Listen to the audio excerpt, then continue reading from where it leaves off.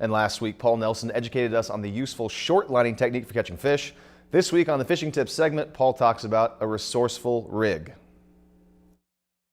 This week we're going to talk about using slip bobbers. They're very versatile. They can be used a number of different ways, and they can be used to catch almost any species of fish. I really like using leeches with my slip bobbers for most species just because the leeches are working all the time. They're trying to swim. If you use a minnow, I guess that's probably better for pike or muskies. If you're even going to use a heavier setup like that, you're probably going to use a big sucker minnow for that, or a larger creep chub or red tail. But I usually like to use leeches, and there's a number of different ways to fish these. The first way is to anchor up on a key spot or a spot on a spot where you're actually flipping the baits out on an area where right at dusk, or where you know those fish are going to show up, or fishing for crappies right on the edge of a weed line, or for sunfish where you have some fish pinpointed. If you need to, you can even use a marker buoy maybe as a reference point. Don't put it right on the fish. Just use that so that you know where you're supposed to be casting rather than right on the fish.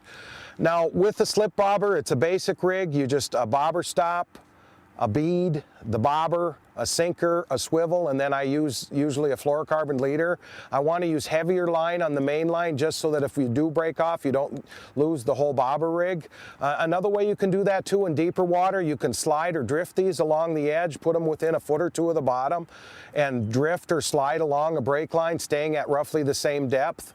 This works real well in calmer wind, and you can also front cast, which is done in a lot of areas where you don't drift over the fish, where you're actively casting and you're drifting and actually casting in ahead of the boat. Work it for a little bit, then reel it up and recast it. So these are 3 different ways you can fish slip bobber rigs, and you can use them to catch just about anything that swims in our lake. This has been the Fishing Tip of the Week, and I'm Paul Nelson of the Bemidji Area Lakes Guide Service. If you've enjoyed this segment of Lakeland News, please consider making a tax-deductible contribution to Lakeland Public Television.